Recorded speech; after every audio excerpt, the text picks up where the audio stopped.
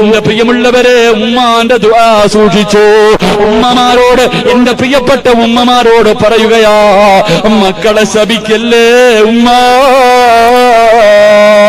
ദേഷ്യം വരുമ്പോ, മക്കൾ എന്തെങ്കിലും തെറ്റ് ചെയ്യുമ്പോ എന്റെ ഉമ്മമാര് ശപിക്കുമല്ലോ. ഇവൻ മുടിഞ്ഞു പോകട്ടെ, ഇവൻ നശിച്ചു പോകട്ടെ, ഇവന്റെ മയ്യത്ത് നടുറോഡിൽ നിന്ന് തുടച്ചെടുക്കട്ടെ എന്ന് ശപിക്കല്ലേ ഉമ്മ. അല്ലാഹുവേ, ഒരു ദേശത്തിന്റെ പേരിൽ നീ ശപിച്ചു കഴിഞ്ഞ നാളെ നിന്റെ മക്കൾ കിടന്ന് അനുഭവിക്കുന്നത് കാണേണ്ടി വരുമല്ലോ.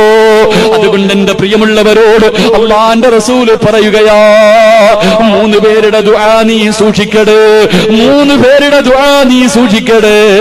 ഒന്നാമത്തേത് നിന്റെ ഉമ്മയുടെ ദുആയാണെന്ന് നബി മുഹമ്മദ് മുസ്തഫ സല്ലല്ലാഹു അലൈഹി വസല്ലം. അല്ലാഹു നമ്മുടെ ഉമ്മമാർക്ക്, മരണപ്പെട്ടവരുടെ ഖബർ അല്ലാഹു വിശാലമാക്കുമാറാകട്ടെ.